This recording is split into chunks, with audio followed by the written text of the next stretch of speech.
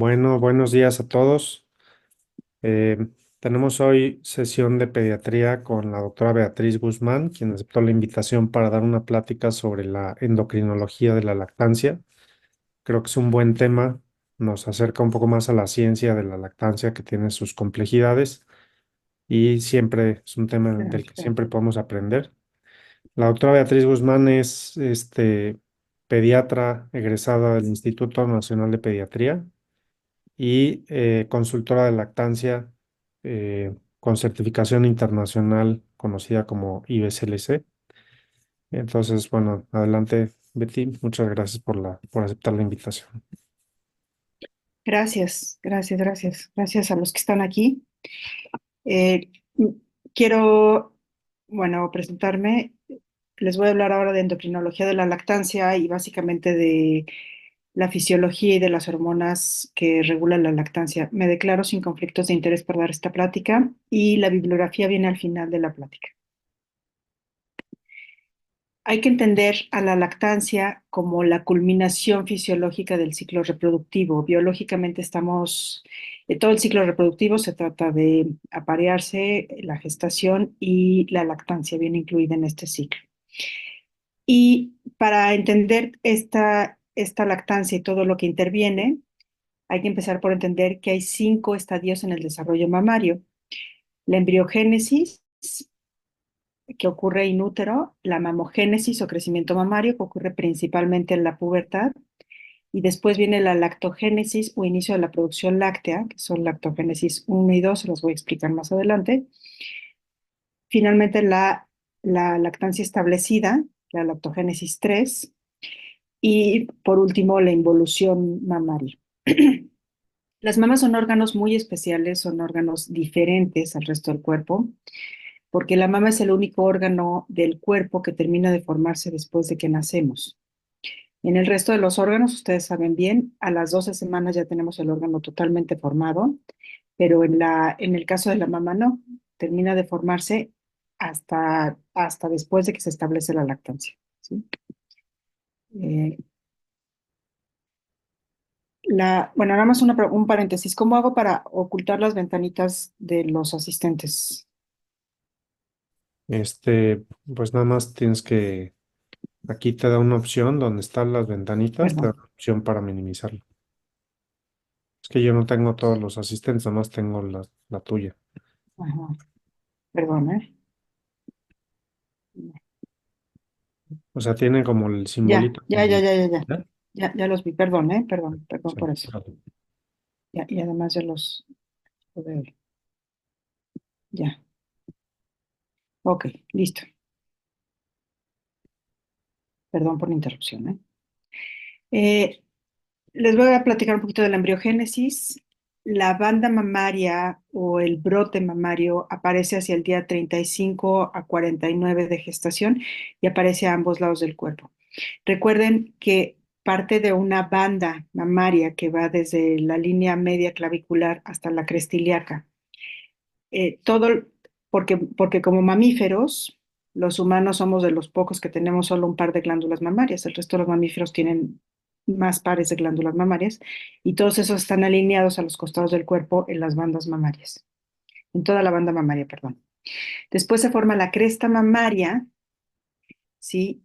Que se canaliza, o sea, parece como un bultito y después se va canalizando y se va permeabilizando y a partir de ahí se forman los ductos y después de esto se forman las unidades anatómicas que son los alvéolos.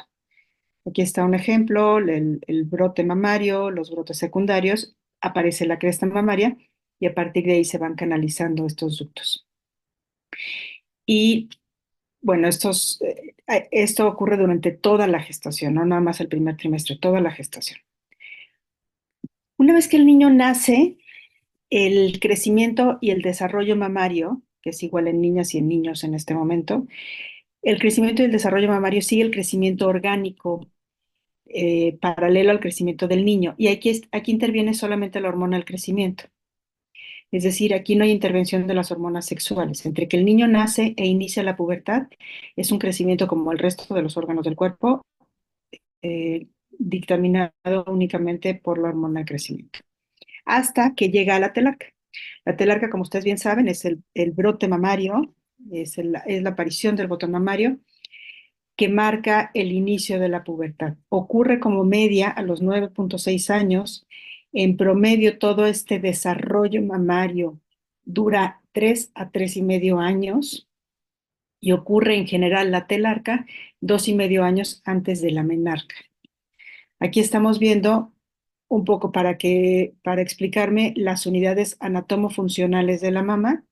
Se llaman alvéolos, las unidades, son pues se podrían parecer un poquito a los alvéolos pulmonares, son saquitos que están cubiertos por células epiteliales que están rodeados por células mioepiteliales, o sea, células de músculo liso. Y a esto se les llama lobulillos o lóbulos alveolares.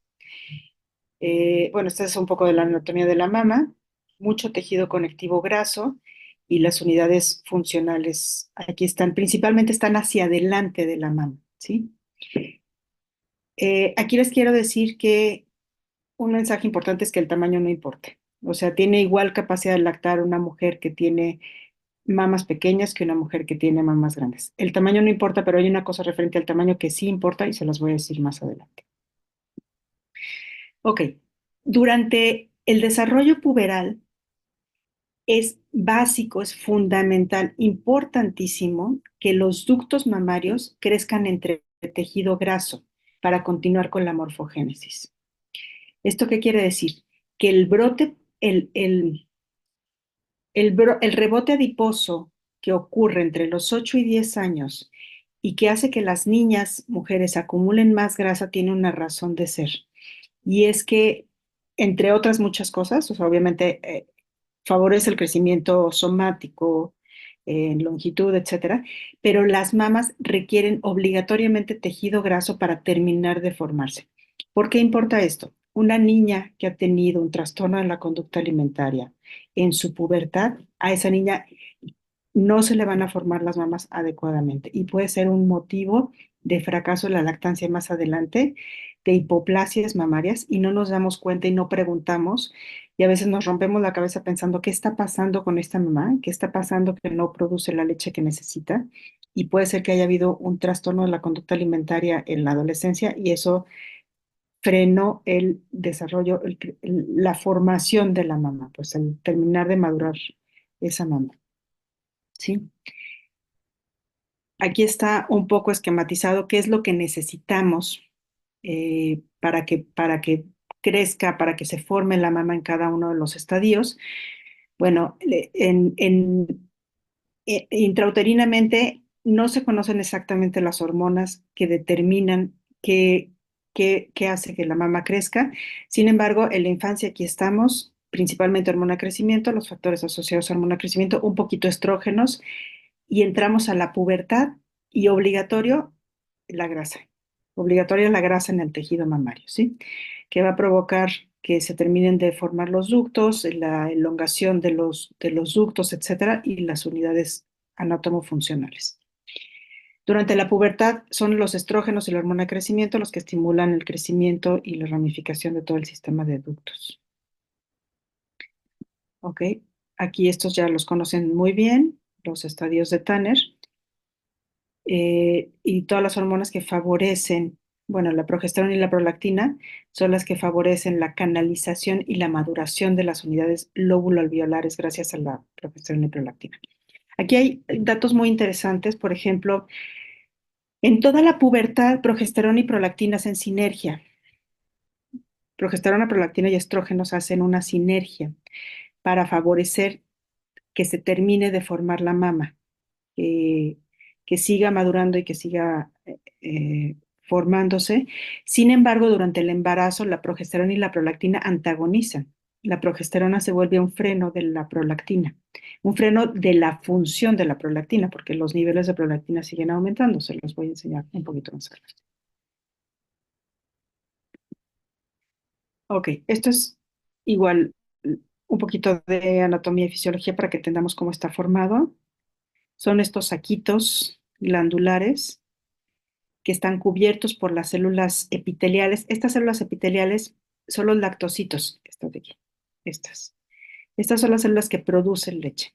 Y producen leche por unos mecanismos muy interesantes. Antes se pensaba que era uno solo, ¿sí? Que se producía leche por una secreción apócrina, que era un globulito de grasa que salía hacia la luz del ducto y haciendo que la célula perdiera parte de su citoplasma y parte de su membrana. Esto es cierto, sin embargo, ya se vio que no es el único método por el que secretan leche los lactocitos. Como paréntesis, les quiero decir que hay muy poca investigación básica en materia de lactancia humana, eh, y, y hay mucha más investigación, por ejemplo, en lactancia en vacas, porque bueno, pues a los veterinarios les interesa más, ¿no? Y la lactancia humana no es tan redituable, entonces hay muy poca investigación a estos niveles. Pero lo que hay es muy interesante y ojalá hubiera más. Ok, terminamos la pubertad y se queda igual frenado el desarrollo mamario y entonces llegamos al momento del embarazo. Durante el embarazo hay un complejo hormonal lactogénico, que son estrógenos, progesterona y prolactina. Estas tres hormonas hacen que la mama igual se hipertrofie, se hiperplasie, cambia mucho del tejido, de la proporción de tejido graso a tejido glandular cambia y tanto el lactógeno placentario como prolactina y gonadotropina colínica causan un crecimiento acelerado del tejido mamario desde el principio de la gestación. Esta es la pregunta que sí importa. Esto es el tamaño que sí importa. No importa si una mamá es talla 28 de brasier o es talla 42. La verdad es que da idéntico y su capacidad de producir leche es igual. La pregunta importante respecto al tamaño es, ¿te creció el pecho en el embarazo? ¿Por qué? Es importantísimo que los pechos crezcan durante el embarazo, porque quiere decir que respondieron a todas estas hormonas. Quiere decir que hay tejido glandular sano formado que responde a todas estas hormonas. Todos los pechos de las madres deben crecer durante el embarazo. El crecimiento es aceleradísimo, ¿sí? Si una mujer refiere que no le creció el pecho durante el embarazo, esas mamas están hipoplásicas. O es un foco rojo y tenemos que pensar en una hipoplasia mamaria primaria. Y esas mamas hipoplásicas se van a ver limitadas para producir leche siempre. ¿Qué tanta es la limitación? No lo sabemos hasta que no nace bebé e intentamos la lactancia, etcétera. Podemos ver si la limitación es moderada o es severa, pero siempre van a estar limitadas para la lactancia. Entonces, esta es la pregunta importante. Si les creció o no el pecho durante el embarazo. Ok, aquí durante el embarazo, aunque son importantísimos los niveles de estrógenos, progesterona y prolactina, y los niveles de prolactina aumentan aceleradamente durante el embarazo, la progesterona es un freno de la prolactina, ¿sí? La progesterona hace que la prolactina no pueda desencadenar toda la producción de leche. Es un freno hormonal.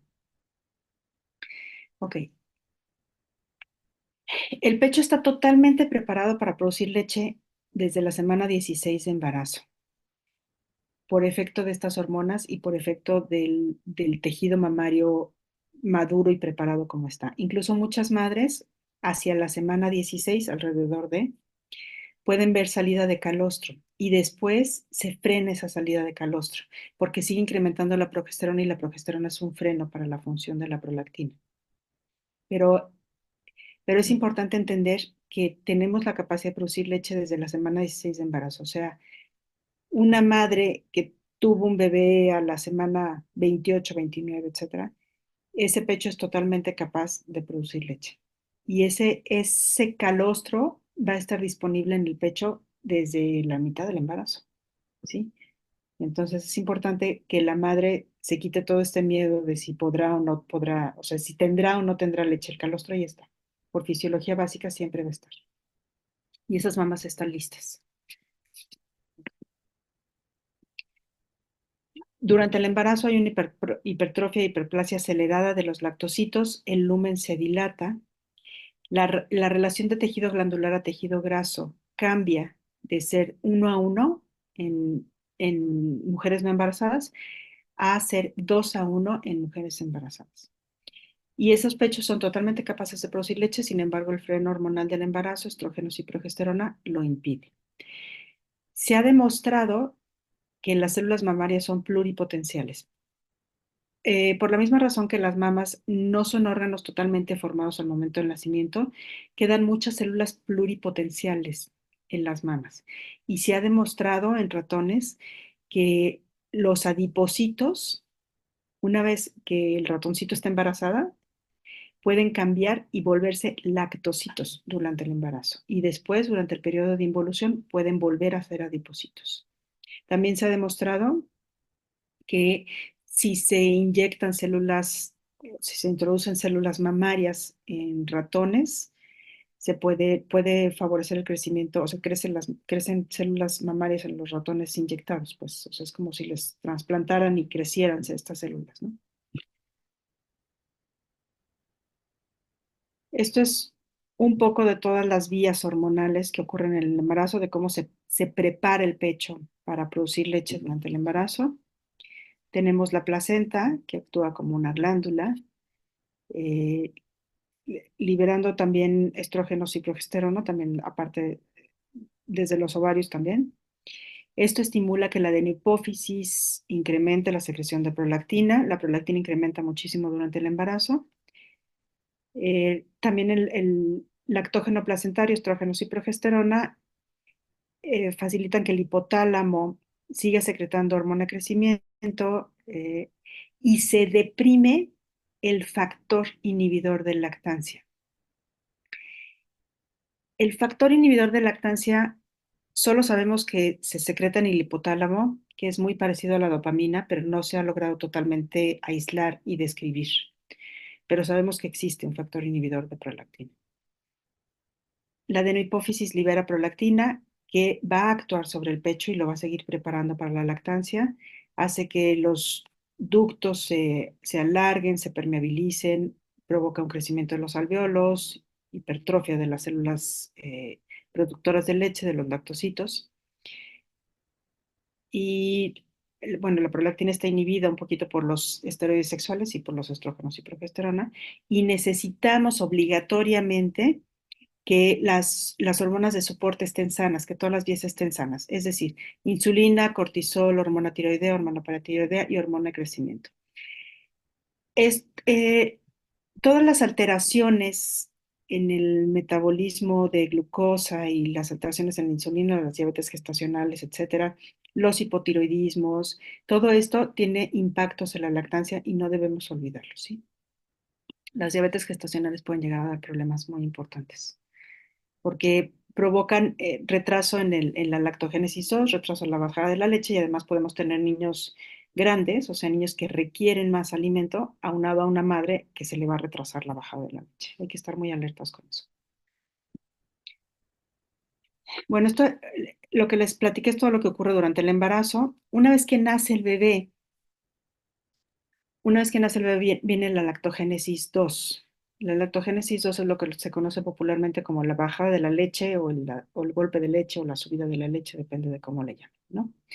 La lactogénesis 2 es un proceso muy interesante en el que el pecho va a cambiar de producir cantidades reducidas de calostro, reducidas pero suficientes y muy valiosas en calidad, ¿sí? Va a pasar de producir ese calostro a producir leche de transición y leche madura. Esto ocurre habitualmente hacia las 40 horas posparto. Esta es la media, 40 horas posparto. Si la lactogénesis se retrasa 72 horas o más, estamos hablando de un retraso de la lactogénesis 2 y esto nos puede dar muchos problemas. Hay muchas causas de retraso de la lactogénesis 2, pero recuerden que una de las principales causas, siendo responsable hasta en un 68% de retraso de la lactogénesis 2, es el abuso en el uso de la fórmula. ¿Por qué? Porque no se estimula el pecho correctamente, no se vacía el calostro durante las primeras 48 horas y eso hace que se retrase la transición a leche madura, ¿sí? La lactogénesis 2 requiere de tres cosas obligatoriamente. Una es la dramática reducción de la progesterona sérica, que esta va a ocurrir sí o sí nada más por haber nacido el bebé. O sea, por haber interrumpido el embarazo, la progesterona se va a la décima parte de los niveles que traía durante el embarazo. Aquí están, por ejemplo, los niveles de progesterona durante el embarazo, como van incrementando, y en el parto, después del parto, viene la dramática caída de los niveles de progesterona, ¿sí? Los niveles de estrógeno también bajan dramáticamente y la oxitocina, bueno, sube durante el parto y después va cayendo, ¿sí? Estamos entonces la reducción de la progesterona. Necesitamos obligatoriamente el vaciado del calostro del pecho, obligatorio, ¿sí? No me canso de recordar lo importante que es favorecer que las madres extraigan su leche, bueno, que el bebé extraiga la leche de la madre y si por la razón que sea el bebé no puede extraer esa leche, hay que acordarnos de motivar a la madre a que extraiga esa leche, porque estas dos primeras noches que a nosotros nos puede parecer tan inocente, que el bebé no esté junto con la madre lactando a libre demanda durante la noche, esto tiene impacto fuertísimo en el retraso de la bajada de la leche, en un retraso de la lactogénesis 2, ¿sí? Importantísimo también mantener los niveles de prolactina. Los niveles de prolactina, ahorita se los voy a enseñar, van subiendo durante todo el embarazo y después del parto igual suben un poquito y después se mantienen, pero necesitamos mantener esos niveles de prolactina. Y eso se hace con la succión frecuente del bebé, con la succión a libre demanda. Si artificialmente impedimos que el bebé coma todo lo que necesita comer, estamos interfiriendo con estos niveles de prolactina y eso va a tener un impacto muy negativo en la lactancia, sobre todo al principio. Después ya no importa, después de los 3 meses ya no importa, ¿sí? Pero las primeras 72 horas y el primer mes, los niveles de prolactina son fundamentales para establecer la lactancia. ¿De acuerdo? Ok. Quiero hablarles de 3 hormonas, ya que les hablé de la lactogénesis 1 y de la lactogénesis 2. Hay 3 hormonas importantísimas aquí. Hay muchas que actúan, como ya les enseñé en la gráfica, y tienen unas interacciones muy complicadas, no totalmente descritas, pero hay 3 hormonas que sí quiero que se lleven. La primera es la prolactina, que como su nombre lo dice, es la hormona que estimula la lactancia, o así se describió inicialmente en 1971. Antes del 71 se pensaba que hormona de crecimiento y prolactina era la misma cosa, o sea, no estaba aislada, no estaba descrita. Se describió así porque se le puso este nombre, porque estimula la lactancia, sin embargo, se conocen más de 300 funciones no relacionadas a la lactancia. Y es una hormona muy interesante que se altera por muchos factores y que tiene muchísimas otras funciones. Secretada por la adenopófisis, como ustedes ya saben, y actúa directamente sobre las células epiteliales, sobre los lactocitos, estas células que cubren la luz del alveolo, haciendo que produzcan leche. La secreción de las células epiteliales es de 2 tipos. La primera es una fracción proteica, que como todas las secreciones proteicas en el cuerpo, es una secreción merocrina, en la que la célula no pierde citoplasma ni pierde membranas, nada más una célula produciendo sus proteínas, ¿sí? Como todas las secreciones proteicas. Y la segunda es una fracción, la fracción lipídica es una secreción apócrina en la que el lactocito sí pierde bueno, alguna parte de su citoplasma y una parte de su membrana. La prolactina eh, es modulada por muchos factores muy complejos que ocurren adentro del cuerpo y externos al cuerpo. Es inhibida por un factor inhibidor de la prolactina, que como les explicaba, se sabe que se produce en hipotálamo, está estrechamente asociado a la dopamina, es muy similar a la dopamina, incluso en algún tiempo se pensó que era la dopamina, pero esto no está tan claro y es muy probable que no sea. Y no está totalmente descrita. Por lo tanto, muchos análogos de la dopamina, como la bromocriptina y la cabergolina, son inhibidores farmacológicos, o sea, como son inhibidores de dopamina, perdón, son análogos de dopamina, o sea, actúan inhibiendo a la prolactina, son los inhibidores farmacológicos de la lactancia. Y hay otros medicamentos que, al revés, que incrementan la prolactina, entonces eh, incrementan la dopamina, perdón, bajan la dopamina y entonces inhiben al factor inhibidor de prolactina e incrementan la lactancia. pero no tienen implicaciones clínicas en lactancia. Solo estos, los inhibidores los análogos de dopamina, estos sí tienen implicaciones clínicas para frenar las lactancias farmacológicamente. Ok. Esto es para que se den una idea, no me quiero detener mucho acá, pero esto es para que se den una idea de todos los factores que pueden modificar a la prolactina. Eh, la glucosa, los estrógenos, algunos medicamentos, eh, obviamente supresores farmacológicos, los encuentros sexuales, el embarazo, etcétera. Hay muchos factores que pueden interferir tanto para arriba como para abajo a la prolactina. La interacción entre la prolactina y la TSH está totalmente descrita, pero no tiene implicaciones en lactancia. No le hemos podido dar un uso farmacológico en lactancia. Ok, ¿qué pasa con la prolactina durante el embarazo y después del parto? Los niveles de prolactina se elevan durante todo el embarazo y se siguen elevando, bueno, desde el primer trimestre se elevan durante todo el embarazo.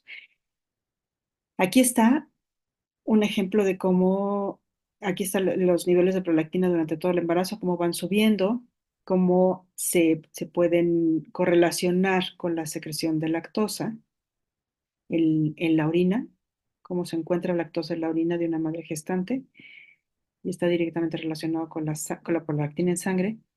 Y aquí esto es muy interesante y por eso les hablo de la importancia de mantener los niveles de prolactina. Si no hacemos nada, o sea, perdón, si una madre acaba de tener un bebé, ¿no? Y esa madre no lacta y no le hacemos nada a esa madre, o sea, no le frenamos farmacológicamente la lactancia de ninguna manera, no importa lo que pase, a las 2 semanas, los niveles de prolactina de esa madre que no lactó van a ser iguales a las de una mujer no embarazada. O sea, iguales a los que tenía cuando tenía 20 años y no estaba ni embarazada ni nada, ¿sí? Y automáticamente la lactancia se frena sin ninguna interacción medicamentosa. ¿Por qué es importante esto? Porque nos habla de la importancia de mantener los niveles de prolactina altos durante el primer mes de vida del bebé. Importantísimo las primeras 72 horas e importantísimo las primeras 4 semanas. Necesitamos esos niveles de prolactina altos para establecer la lactancia. ¿Sí? Ok. ¿Y cómo mantenemos los niveles de prolactina altos? Aquí está. Favoreciendo la succión frecuente del recién nacido. Y frecuente quiere decir a libre demanda, todo lo que el bebé necesite, sobre todo al principio. Los bebés solitos van a establecer un ritmo y a veces nos da mucho miedo permitir la libre demanda porque pensamos que van a estar eternamente pegados a la madre y que ninguno de los dos va a descansar y que la mamá se va a lastimar, etcétera. No. Sí necesitamos favorecer la libre demanda para establecer una sincronía entre mamá y bebé y para favorecer que estos picos de prolactina se sigan manteniendo, que podamos encontrar una prolactina, unos niveles adecuados durante todo el primer mes. Está clarísimo cómo son las succiones frecuentes del bebé los que elevan los niveles de prolactina en sangre y los que necesitamos para mantener esta lactancia. ¿Por qué, eh, ¿por qué nos sigue dando tanto miedo la libre demanda? Porque pensamos que una mamá va a estar pegada al bebé 8 horas y va, este, se va a lastimar, etcétera, y el bebé ni siquiera se va a saciar y demás. A ver, hay que entender que la lactancia es un proceso increíblemente dinámico, ¿sí? Y hay que entender qué está pasando, en qué momento está ocurriendo y todo el contexto para determinar si una toma es eficiente o no es eficiente o por qué se está alargando tanto una toma. No es lo mismo una mujer en la segunda noche de vida del bebé, que es la primera crisis de lactancia y se conoce como la noche de las vacas locas, que es la noche en la que viene la lactogénesis 2, en la que el bebé nada más quiere estar comiendo y quiere estar pegado al pecho, y ahí sí se pueden aventar 6 horas continuas con el bebé pegado, o sea, una noche terrible porque el bebé quiere estar comiendo todo el tiempo, pero esa noche es importante porque después de esa noche, al día siguiente viene la bajada de la leche y ya, o sea, esto es importante. El bebé obliga a la madre a producir ese calostro. Entonces, si sabemos que esta noche va a ocurrir de esa forma, hay que permitirlo. Lo que debemos hacer es permitirlo. Pero ¿Qué pasa después? Por ejemplo, una mamá que tiene un bebé de 14 días y que nos dice es que el bebé está comiendo, hace tomas de 1 hora y cuarto, ¿no? Pegado al pecho. Sí es cierto que yo dije que la libre demanda es importante y que no hay que limitar en frecuencia ni en duración, pero a ver, ¿qué está pasando?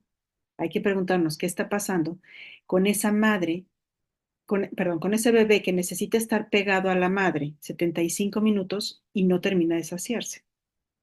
Ese bebé no está recibiendo todo lo que necesita. El promedio de la duración de una toma son entre 15 y 40 minutos. Si se alarga más que esto, quiere decir que ese bebé no está obteniendo lo que necesita, entonces tenemos que revisar qué está pasando. Tenemos que revisar si está transfiriendo adecuadamente leche, si la madre está produciendo suficiente leche, si el bebé no tiene algún problema oral como frenillo o alguna situación que haga que no pueda succionar adecuadamente. O sea, estas tomas largas de más de 45 minutos después de la segunda noche del bebé nos están hablando de algo. Son una bandera roja y tenemos que revisar qué está pasando, ¿sí? Otra cosa importante con los niveles de prolactina es que hay que recordar que la prolactina es una hormona circadiana, es decir, que se secreta mucho más por la noche, hace picos por la noche, hace picos entre 2 y 6 de la mañana. Por eso sí, son importantísimas las tomas nocturnas. Son muy importantes para establecer esta lactancia. Y podríamos otra vez tener mucho miedo de que la mamá no duerma bien y de que la pase muy mal y de que la agotemos, etcétera. Es cierto que es importante cuidar que la mamá descanse, pero también es cierto que hay estudios comparativos entre mamás que lactan y mamás que no lactan, y una mamá que lacta acaba durmiendo más en tiempo, o sea, en tiempo absoluto durante una noche que una mamá que no lacta. El problema con la mamá que lacta es que pudiera llegar a tener más interrupciones que una mamá que no está lactando. Además, una parte del cerebro de la mamá se sincroniza con el cerebro del bebé y los ciclos de sueño de la mamá acaban por sincronizarse con los ciclos de sueño del bebé. Entonces, la mamá prácticamente despierta muy similar a cómo va a despertar el bebé a pedir el pecho. También una mamá que lacta entra en un sueño reparador más fácil, que no quiere decir en un sueño más profundo o más difícil de despertar, sino en un sueño reparador más fácil que una mamá que no lacta. Y por definición, la lactancia nos protege contra depresión postparto y ayuda a que las madres aguanten mejor estas desveladas y estas fatigas propias de tener un recién nacido en la casa. Este cuadro es muy interesante porque cualquiera podría pensar que la lactancia es el momento en el que más prolactina tenemos y no es verdad. Los niveles de prolactina más altos se ven alrededor del final del embarazo. Aquí, aquí están. Al final del embarazo, ¿sí? Empiezan a incrementar desde el primer trimestre, pero hacia el final del embarazo son los niveles más altos de prolactina. Sin embargo, necesitamos mantener estos niveles el primer mes, ¿sí? De 200 a los 10 días y mantenerlos así el primer mes hasta el tercer mes. Es importante mantener estos niveles de prolactina altos. Hablamos de un establecimiento de la lactancia alrededor de las 4 semanas o de la lactogénesis 3. Ahorita les voy a explicar, que es cuando uno dice ya tu lactancia está establecida, el bebé está subiendo bien de peso, podemos confiar en que tu lactancia está resultando. Ok, para eso necesitamos haber mantenido estos niveles. Si por la razón que sea no mantenemos estos niveles, porque limitamos las tomas, porque separamos a los bebés y a las mamás, etcétera, porque abusamos de la fórmula y esto impide que los bebés lacten. Acuérdense que el principal riesgo del uso de la fórmula, el principal, es que desplaza la lactancia materna. Es que 1 onza de fórmula que el bebé se toma es 1 onza de leche materna que se dejó de tomar. Y peor aún, es 1 onza de leche materna que la madre dejó de producir si ese pecho no se estimuló de forma simultánea. Ese es el principal riesgo del uso de la fórmula. Después de los 90 días, fíjense cómo los niveles bajan casi a niveles basales, ¿sí? Después de los 3 meses, aunque la mamá tenga una lactancia perfecta y se eche 2 años lactando, sus niveles de prolactina van a ser muy similares a los que tenía antes de embarazarse. ¿Por qué importa esto? Porque los galactógogos farmacológicos, galactógogo es cualquier sustancia que favorece la producción de leche. Y hay galactógogos naturales y galactógogos farmacológicos. De los galactógogos naturales hay muy poca evidencia. Y de los galactógogos farmacológicos, que son la domperidona y la metoclopramida, la eficiencia está entre el 30 y el 40%. O sea, sigue siendo muy limitada. Y los efectos adversos, pues son bastantes, ¿no? La metoclopramida tiene efectos psiquiátricos y la domperidona tiene efectos cardíacos, que no queremos ninguno de los dos en una mujer recién parida. Sin embargo, sí se usan, por supuesto que se usan y tienen su utilidad y demás. Pero lo que hacen los fármacos es que estimulan la liberación de prolactina.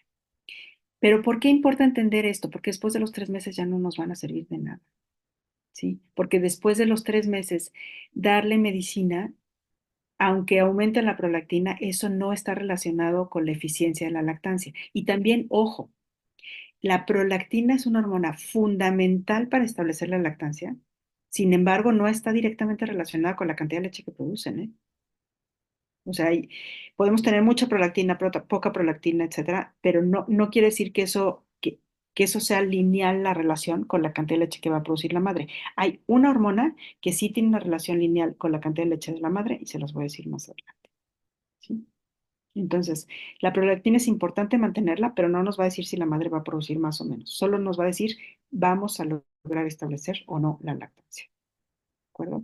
Y un galactógogo farmacológico después de los 3 meses, nada más estamos exponiendo a la madre a efectos adversos indeseables muy importantes sin darle realmente un beneficio.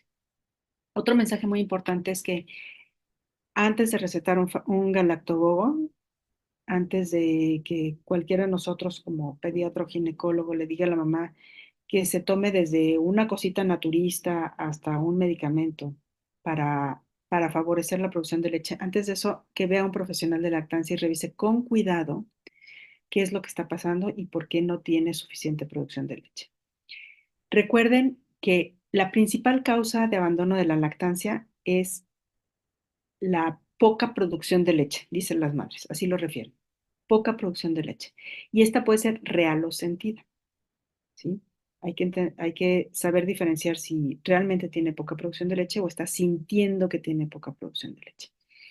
Y entonces, por eso, se nos hace muy fácil, la pregunta muy frecuente de las madres es, ¿hay algo que yo me pueda tomar, algo que yo me pueda comer para producir más leche? La respuesta es no. La respuesta es, lo más valioso es el contacto piel con piel, favorecer la libre demanda, favorecer el acercamiento, favorecer las tomas nocturnas, etcétera. Eso es lo mejor para subir naturalmente los niveles de prolactina y poder establecer la lactancia. Tratar con algo natural o con algo farmacológico tiene usos muy limitados, ¿sí? Antes de recetarle nada, que vean a un profesional de lactancia y entendamos qué está pasando. Porque pueden ser un millón de cosas, ¿eh?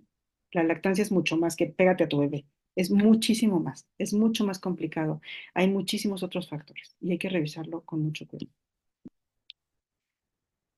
Ok, un resumen pequeño de las hormonas que intervienen en cada fase del desarrollo mamario. Durante la embriogénesis no se conoce la regulación hormonal, pero se sabe que la grasa es necesaria también en la embriogénesis para la extensión ductal, más o menos cuando inicia el desarrollo mamario, cómo crecen los ductos. Durante la infancia, el crecimiento está mediado únicamente por hormona de crecimiento hasta que llega la pubertad. Y en la pubertad ahí sí tenemos estrógenos, eh, prolactina, progesterona, etcétera, y los factores asociados a la hormona de crecimiento. Y esto hace que termine la morfogénesis, bueno, que siga la morfogénesis de la glándula mamaria. Aquí obviamente ya empieza la diferencia entre la morfogénesis de glándula mamaria femenina y masculina, porque antes de esto eran exactamente iguales, ¿sí? Durante el embarazo, igual el complejo hormonal del embarazo, que es progesterona, prolactina y estrógenos, también lactógeno placentario, favorece toda la hipertrofia e hiperplasia. Y nada más. Durante la lactogénesis, importantísima la caída de la progesterona a la décima parte e importantísimo mantener los niveles de prolactina. No es elevar los niveles, sino simplemente mantenerlos. Esa es nuestra función, nuestra misión, pues, nuestro trabajo. ¿Sí? Eh, Así aparece, bueno, la lactogénesis se divide en tres, que son el estadio 1, que es hacia la mitad del embarazo, en la semana 16, el estadio 2, que es la bajada de la leche, las 40 horas postparto, y el estadio 3, que es la lactancia establecida después de las 4 semanas de vida. Aquí está durante toda la lactancia, necesitamos prolactina y oxitocina, y necesitamos mantener a raya el factor inhibidor de lactancia. Para mantener esta secreción láctea adelante, o sea, esta secreción láctea durante todo lo que sea necesario para la lactancia de la madre. Y durante la involución tenemos la caída de la prolactina y el aumento en el factor inhibidor de lactancia. El epitelio alveolar cae en apoptosis, aunque no por completo, algunas vías se quedan para la siguiente lactancia y se queda como dormido o dormidos y para el siguiente embarazo o la siguiente lactancia. Bueno. La lactogénesis 3 es el establecimiento de la lactancia alrededor de las 4 semanas de vida. La lactogénesis 3 requiere obligatoriamente de un eje hipotálamo-hipófisis intacto, regulando la secreción de prolactina y de oxitocina. Requiere de un vaciamiento constante del pecho para remover el factor inhibidor de lactancia, que les voy a explicar qué es. Y requiere también de que areola y pezón estén sensiblemente y neurológicamente íntegros para poder liberar oxitocina. La oxitocina se libera por un estímulo táctil del areola y el pezón, no por temperatura y no por presión, sino simplemente por el estímulo táctil de la succión del bebé. Y esto hace que se mande la señal para liberar oxitocina y la oxitocina es la hormona eyectora. La oxitocina es la que contrae estas células de músculo liso que rodean a los alveolos, que rodean al lactocito, y hacen que se inyecte la leche, o sea, exprimen al alveolo provocando la eyección de leche. Pero necesitamos ese reflejo neuroendocrino que provoca la succión del pecho. Si por alguna razón la madre ha tenido una cirugía que cortó vías sensitivas alrededor de la areola, esta madre, aunque tenga una perfecta producción de leche, como no tenemos, la areola pierde la capacidad de sentir la presión por la succión, no se puede mandar la señal para que se libere oxitocina y esto nos puede llevar a un fracaso en la lactancia, aunque todo lo demás esté perfecto. Entonces, aquí viene otra pregunta obligatorísima para las madres. ¿Sí? ¿Te has hecho alguna cirugía en el pecho de cualquier tipo? Hay que preguntarla. Siempre hay que preguntarla porque no es tan obvio. No nos la dicen siempre. ¿Sí? A veces es una madre que a los 14 años tenía unas mamas muy grandes y que se las quitó y el cirujano plástico le dijo, no te preocupes, no te va a pasar nada, vas a poder lactar perfecto. La mayoría de los cirujanos plásticos siempre les dicen esto y no es tan claro, hay muchas técnicas que no deberían de tener implicaciones sobre la lactancia, pero siempre es un foco rojo, porque a veces aunque el tejido mamario esté intacto, aunque de verdad no hayan cortado vías, etcétera, si cortaron alguna terminación sensitiva en la areola, esto nos lleva a un fracaso de la lactancia, por esta razón, porque inhibe la secreción de oxitocina y la leche ahí se queda atorada y no se puede inyectar. ¿Sí? Ok. Les quiero hablar del factor inhibidor de lactancia, que es una hormona interesantísima que se describió hace no mucho y es una hormona totalmente autócrina, o sea, que actúa en el mismo lugar donde se produce, ejerciendo un control local. Es una proteína que está presente en la leche humana, o sea, que secreta el mismo lactocito.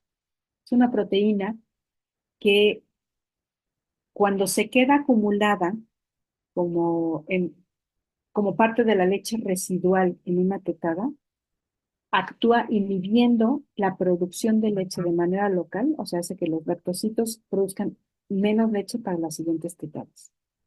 Esta hormona sí está directamente relacionada con la cantidad de leche que produce la madre. Bueno, está inversamente relacionada, es decir, a mayor factor inhibidor de lactancia, menos cantidad de leche produce la madre. A menor factor inhibidor de lactancia, más cantidad de leche va a producir la madre. Esto quiere decir, vaciar perfectamente el pecho y favorecer las tomas frecuentes hace que el factor inhibidor de lactancia no se acumule, por lo tanto, favorece que los lactocitos produzcan más leche en las siguientes etapas. ¿Sí? Esto puede parecer un poquito rebuscado de entender, pero si nos vamos a una regla muy básica de la lactancia, es perfectamente fácil de entender. Mientras más vacío quede tu pecho, más leche va a producir en las siguientes etapas. Y esto es por el factor inhibidor de lactancia. Este sí está relacionado con la cantidad de leche que va a producir ese niño. Ok, les quiero hablar por último de la tercera hormona que me parece muy importante en, en el establecimiento de la lactancia y es la oxitocina. La oxitocina es la hormona eyectora. La oxitocina tiene muchas funciones, actúa en muchos momentos, por ejemplo, el momento del parto, y es la hormona que aprieta el músculo liso, favoreciendo la eyección de leche. Eso es lo que ya les expliqué, las terminaciones sensoriales nerviosas localizadas en área de pezón, son estimuladas por succión y provocan un reflejo aferente que hace que el hipotálamo libere oxitocina, y esto es un reflejo clásico, un ejemplo clásico de un reflejo neuroendocrino, ¿sí? El estímulo nervioso hace que el hipotálamo libere la hormona y esta hace que contraigan las células epiteliales. ¿De acuerdo? Por eso es tan importante cuidar la integridad de las vías sensoriales de la areola. Aquí está un ejemplo de la unidad anatomofuncional del lactocito.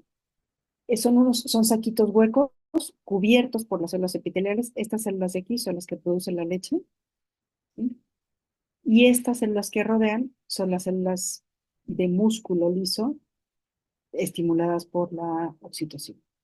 ¿De acuerdo? Cuando se produce la leche, el músculo aprieta y se libera la leche hacia la luz y a partir de ahí se va hacia los ductos.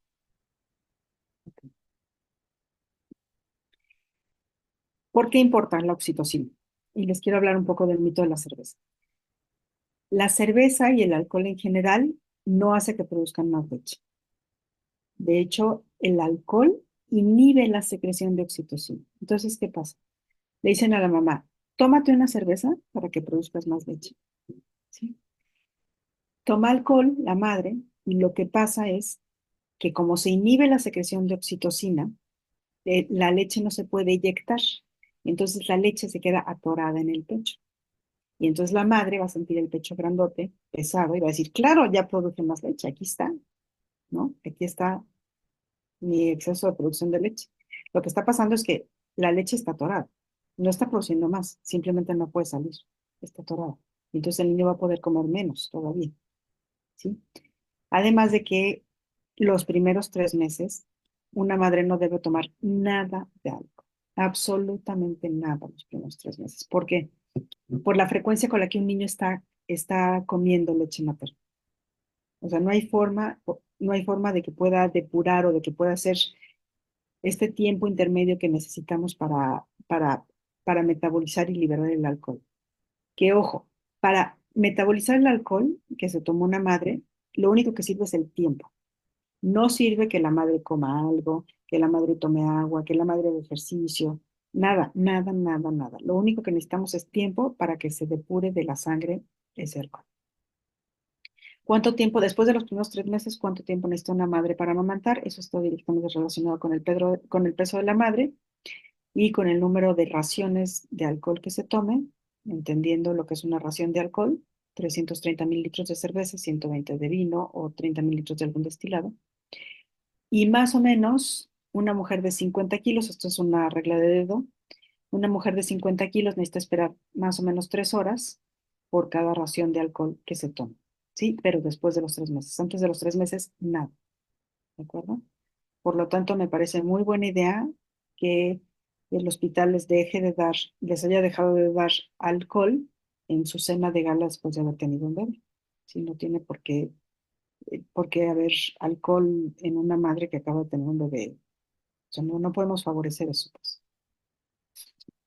Ok. El quinto estadio de las mamas, de la formación mamaria, es la involución o el final de la lactancia. Hacia el final de la lactancia, por falta de estímulo y falta de vaciamiento del pecho, ocurre un proceso de acalostramiento.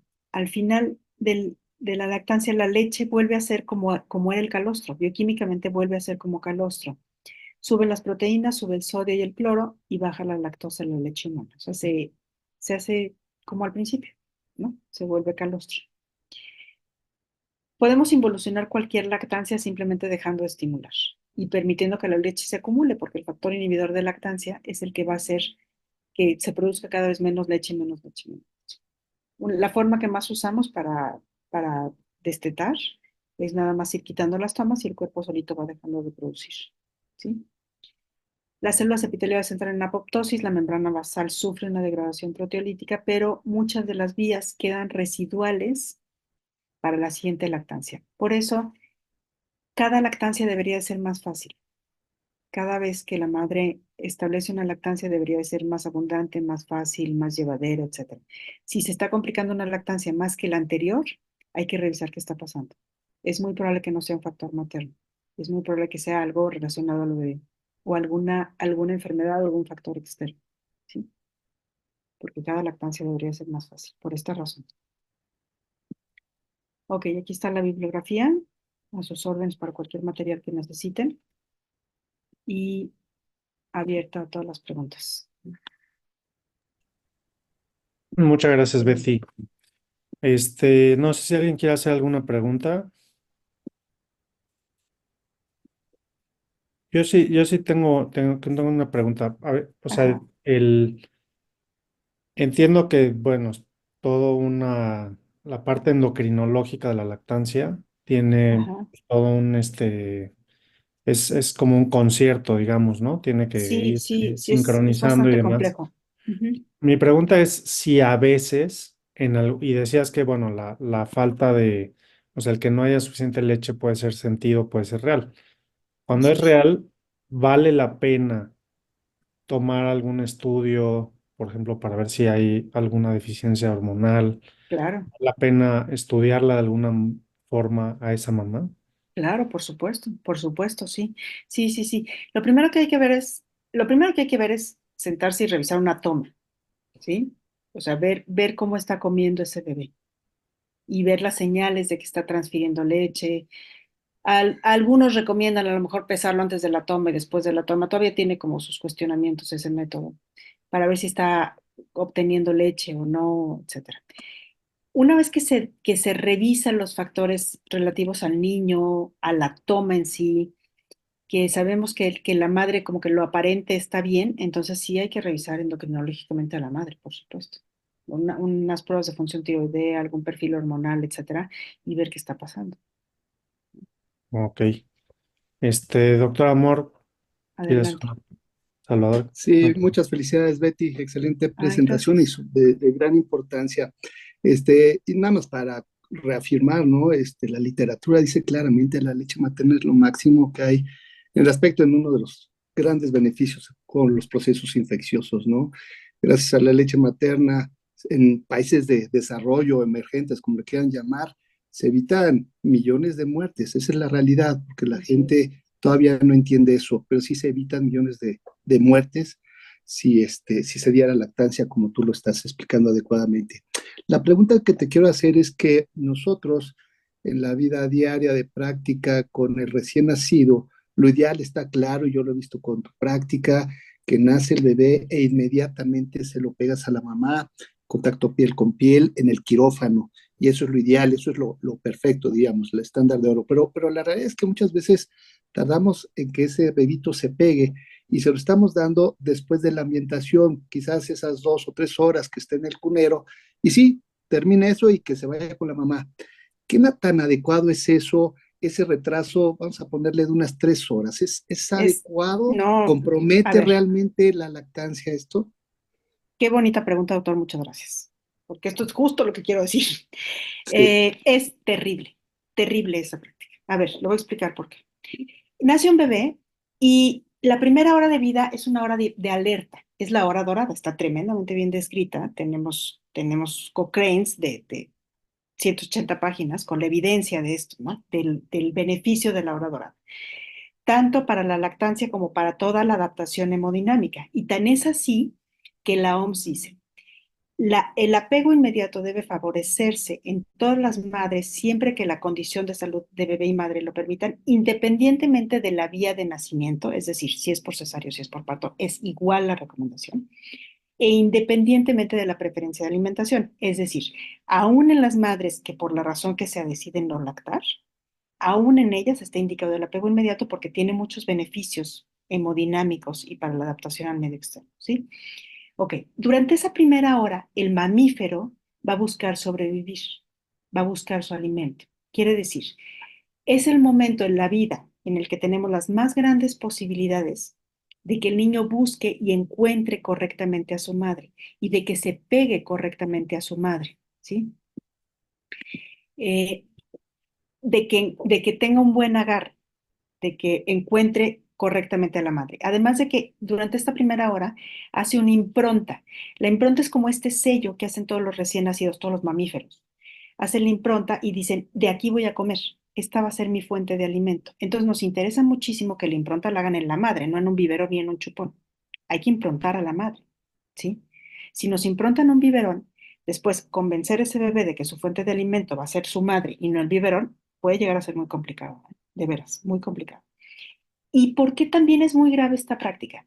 Porque después de la primera hora de vida, todos los recién nacidos entran en un periodo de letargia, que puede durar 5 o 6 horas, ¿sí? O sea, el recién nacido se nos duerme.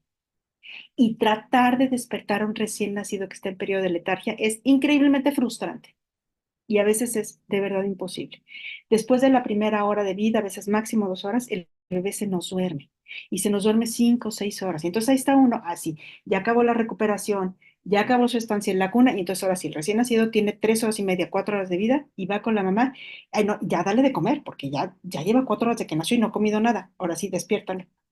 A ver, despiértalo. Está de verdad complicadísimo y muy frustrante. Si no aprovechamos esta hora dorada y queremos darle de comer durante el periodo de letargia y queremos enseñarle, olvídalo. Mejor espérense a que pase la letargia a las 7 horas de haber nacido, a las 8 horas de haber nacido. Entonces sí, encima del niño y pegándoselo a la madre. Ojalá el niño no tenga ningún factor de riesgo para hipoglucemia. Ojalá esa madre tampoco tenga factor de riesgo, porque si no, entonces nos metemos en más problemas y más problemas. ¿Sí? Espero haber respondido a su pregunta. Sí, claro, muchas gracias, Betty. Y otro punto importante, siguiendo esa misma línea, estoy totalmente de acuerdo en lo que tocas de comentar, pero ¿qué problemas has visto tú con el aspecto de la hipotermia? Esto es, no sé, seguramente es una mala técnica, porque eso estamos dándole de comer al bebito, y qué tal si se nos enfría Es una en mala esa primera técnica. hora, No, es una mala ¿verdad? técnica. Es mala técnica, es Totalmente. por mala técnica. A ver, el apego inmediato es piel con piel, ¿sí? Sí, Piel con piel, no piel con camisón, no piel con cobijita, nada de eso. El apego inmediato correcto. es con el niño seco, piel con piel, sobre el pecho de la madre, el pecho de la madre desnudo, ¿eh? Desnudos ambos pechos, ¿sí? Idealmente de la cintura para arriba, si se puede, si tuvo un parto, de la cintura para arriba, desnuda. Y el niño piel con piel, totalmente el pecho y el abdomen sobre la piel de la madre. Y entonces se cubren a los dos con una manta caliente, dos si es necesario, ¿sí? Se le pone un gorrito al niño y ahí se queda. Y estamos viéndolo. Si se hace bien, de hecho, la técnica protege contra la hipotermia. Y la técnica les ayuda a tener un mejor control de su glucosa y es por esta razón, porque el niño no gasta energía generando calor, ¿sí? Si el niño cae en hipotermia es porque se hizo mal o porque fue un prematuro, vamos, ni siquiera moderado, un prematuro extremo, ¿sí? Porque aún en los prematuros moderados, ya lo vimos en una sesión, la técnica se puede hacer y es totalmente segura. Esto es un tratamiento para la hipotermia, doctor. A ver, si está en el campo y alguien está en hipotermia, lo que hay que hacer es eso. O sea, es quitarle la ropa al que está hipotérmico y abrazarlo y si se puede la otra persona también quitarse la ropa y hacer un contacto piel con piel y se cubre los dos, ¿sí? El que está sano le pasa el calor al hipotérmico. No debería de haber problema con un recién nacido. Ahora, también recordemos el método canguro. El método canguro Excelente. surge en los 80 en Colombia porque no tenían suficientes incubadoras. Y entonces, la mayoría de los pretérminos tardíos, lo único que requieren, ustedes lo saben bien, lo único que requieren es calor. calor y alimentación y ya. Entonces no hay suficientes incubadoras. ¿Y qué hicieron? Incubadoras humanas. Eso es el método canguro. Pusieron a las mamás desvestidas a pegarse al niño y las cubrieron con un fular y tenían al niño ahí 24 horas y las mamás fueron incubadoras humanas y se vieron unos resultados espectaculares, tanto que bueno, ahora es una práctica mundial el método canguro, ¿no? Sí, y hay que agregar, yo agregaría también que para evitar esto de la hipotermia, que es un problema muy real que dice el doctor, que dice Claro, Salvador, o sea, tenemos nosotros que vigilar antes de que nazca el bebé, que la temperatura del quirófano sea eso es adecuada, muy que esto incluso ya importante. viene en el manual de reanimación, y la verdad es Claro. que a veces, ya cada vez menos, pero a veces es casi pelearse con el Sí, ginecólogo, que la verdad es que sí. cada vez menos, eso ya la mayoría de los ginecólogos están muy sensibilizados, pero sí, yo creo que es la técnica pues y vigilar ciertas cosas, y pues sí. Pero bueno, Iñaki tiene una Sí, sí, pregunta. quiero la pregunta de Iñaki, y aquí hay dos comentarios en el chat. Ahorita les voy a mandar lo que me están diciendo. Sí, Iñaki, adelante, por favor. Hola, buen día. Bueno, Hola, yo más que una pregunta, justamente quería agregar una cosa como sí, por favor. endocrinológica de la lactancia, que es muy importante.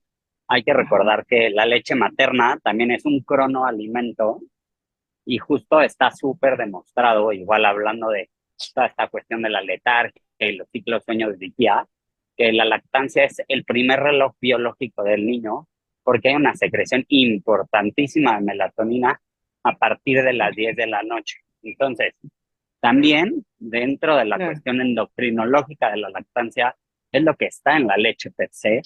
Y sabemos que una de las cosas más importantes es justo esta melatonina que nos va a ayudar también a que los niños tengan desde un inicio mejores ciclos de sueño. Entonces, como que recordar que es obvio el alimento más importante, pero a veces se nos empieza a olvidar como toda esta cuestión rodeados de lead coaches, etcétera, de que si el niño tiene una buena lactancia, también va a tener un buen sueño. Entonces, totalmente, o sea, como que no le totalmente. tengan miedo a esta letargia, no le tengan miedo a que justo la naturaleza es muy inteligente y también va a ciclar al niño en ciclos de sueño vigía. Totalmente. Sí, sí, sí, sí, sí, eso está bien demostrado. Sí, claro, qué bueno que lo mencionas. Sí, la leche materna de la noche tiene más melatonina y favorece que el niño entre en un sueño fisiológico. No es lo mismo que el niño esté recibiendo leche materna directo al pecho todo el tiempo a que reciba un biberón de leche descongelada, porque también no sabemos de qué hora fue esa leche descongelada, etcétera. O sea, lo ideal sigue siendo pues la lactancia directa o en su defecto la lactancia con leche fresca. Hay que darle prioridad a la leche fresca recién extraída sobre la leche descongelada. Sí. Gracias, Gracias, Iñaki, por tu Betty. comentario. El resto de la plática, qué opinas tú desde el punto de vista endocrinológico? O sea, creo que está súper bien abordado.